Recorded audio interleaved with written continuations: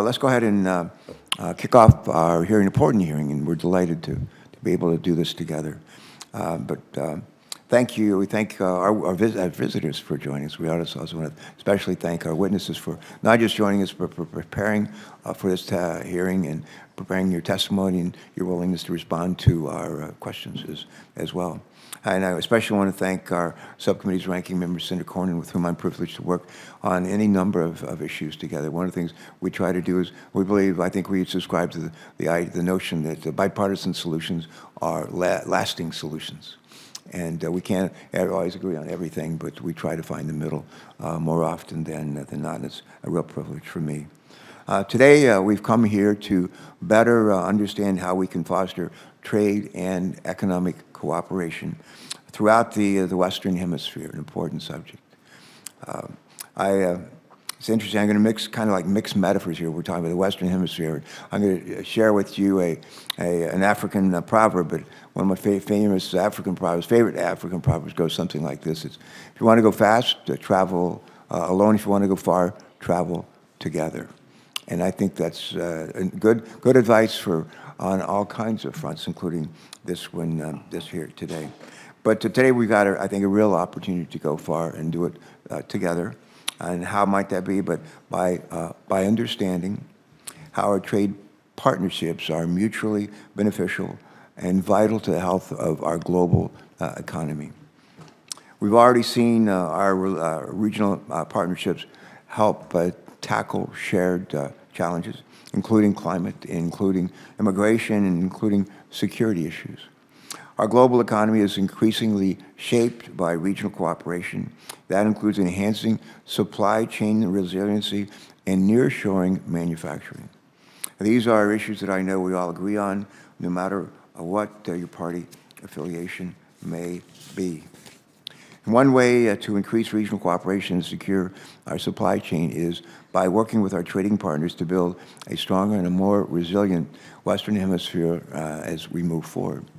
Today, we can help our own economy while also helping our allies improve their economies. It's not a choice of doing one or the other. We can do both. Greater collaboration across the region will support economic growth and job creation for people looking for opportunity and stability in the workforce. On the heels of Mother's Day, thanks to my own mother, I've tried to live. My mother was a deeply religious woman. And I have tried to live my life by the golden rule. She was a big golden rule person. And treat other people the way you want to be treated. It actually turns out that's in every major religion of the world, which I didn't realize when I was your age, while our witnesses. But and I suspect I'm not the only person in this room. I know a couple of them pretty well. I'm not the only person who was raised with that in the golden rule in mind. We have a shared interest. I think we have a moral obligation to help our partners have stability so that their children and families can be safe, so they can have access to education and have a good shot at some hope for the future filled with opportunities. For years, I've focused on addressing the challenges that people face, and among other places, the Northern Triangle, which includes some of the folks in the room here today, but includes folks in El Salvador, people from Guatemala, and from Honduras. And earlier this year, as I mentioned earlier, I led a bipartisan, bicameral congressional delegation to Mexico, to Guatemala, and to Honduras. And there, in addition to meeting with the leaders of those countries, we saw firsthand the need for greater economic opportunity, stronger rule of law, more educational and workforce training opportunities, and policies that we can implement with our partners to stem the flow of migration. Our delegation met with government officials, with private sector leaders, and with other stakeholders across all three countries to listen, to learn, and to develop solutions together. And despite many of the challenges we witnessed, there's also, I think, a reason for some hope for them, and I think for us too. In Mexico, we heard about how the U.S.-Mexico-Canada Trade Agreement, also known as USMCA, has provided certainty for businesses operating across North America, while also bolstering protections for workers and helping to protect the environment of our planet on which all of us live. And in Guatemala and Honduras, we saw how the significant private sector investments spurred by the Biden administration and by us are creating jobs, expanding access to capital for small businesses, and providing workforce training and education, and improving economic outcomes. We also saw the important role of the textile industry in creating jobs and opportunities throughout the region.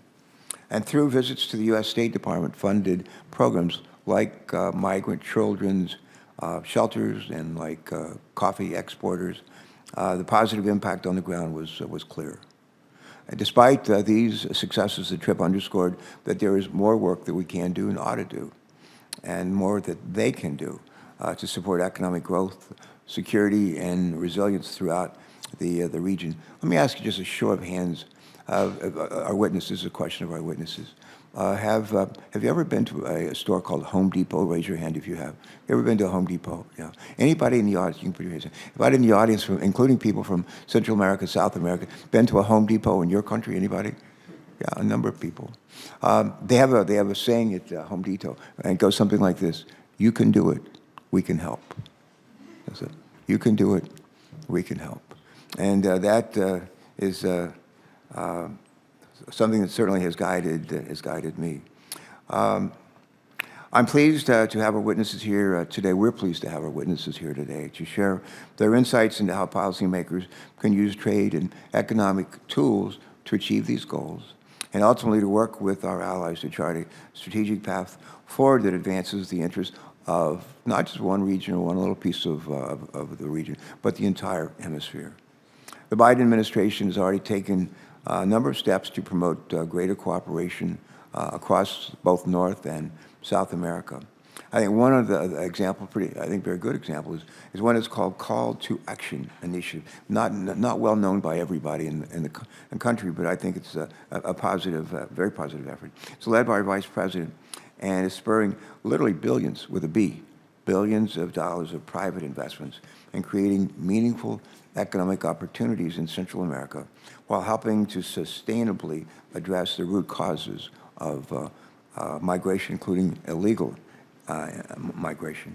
U.S. Trade Representative Catherine Tai and Secretary of State Tony Blinken also recently launched a new form of economic collaboration across the region to increase supply chain resiliency, to expand sustainability rather, and inclusive trade practices, and to support our climate goals.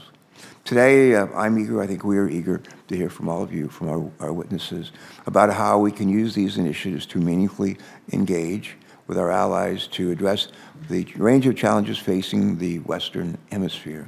Importantly, free trade agreements are one key to creating economic growth and resiliency in the region. And while the successful renegotiation of the USMCA, we now have a model for how we can bolster trade across the Western Hemisphere and maybe even across the globe. Throughout the example of USMCA, we have seen that it is possible to create market economic opportunities and to update our trade policies for a 21st century economy, including establishing strong and enforceable standards to protect workers and to protect our environment. And while it's not a perfect agreement, nothing's perfect, it gives us a roadmap for how we can use trade to boost economic growth and foster a nurturing environment for job creation in our country and in the country of our trading partners. Toward that end, I hope we can consider opportunities to modernize and strengthen some of the other trade deals throughout our region, including the Central America Free Trade Agreement and some of the bilateral agreements and investment frameworks throughout Latin America.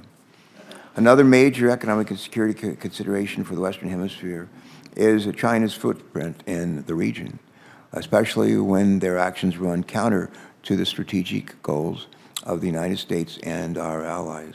And whether we're talking about vulnerabilities in our supply chains due to over-reliance on China for critical materials, or China's use of financial assistance to advance their political goals, we need deeper coordination with our allies to tackle these challenges. For example, I've been eager to find ways for the United States to work more closely with our allies to bolster the resiliency of our medical supply chains, including life-saving medical treatments, including devices and including other equipment.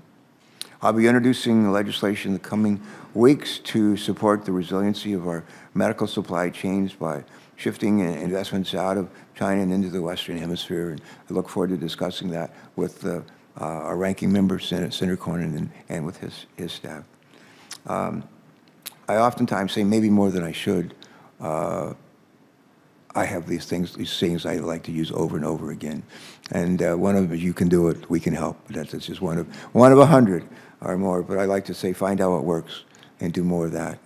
When I was governor of Delaware for 8 years, we focused a lot on what can we learn from other states. And rather than Delaware, we were just reinventing the wheel or something. Why don't we learn from other states what they're doing to address a particular problem or not? So I believe that to my core. My wife wants to know what I want to put on my tombstone when I die. And I'm in perfectly good health, so I say, honey, we don't have to rush into that. But I say, how about find out what works and do more of that? Some people will see that tombstone in the future and say, he must have been a very interesting person. So we'll see. But I hope that today's hearing leads to a better understanding of what works to strengthen trade and economic coordination across the Western Hemisphere, including using diplomatic and economic tools to advance our shared values and our shared goals. Once more, I want to thank our ranking member and his team, and I want to thank all of you for appearing before us today and all of our staffs. And with that, I'm delighted to turn it over to Senator Cornyn for his opening statement. Senator Cornyn.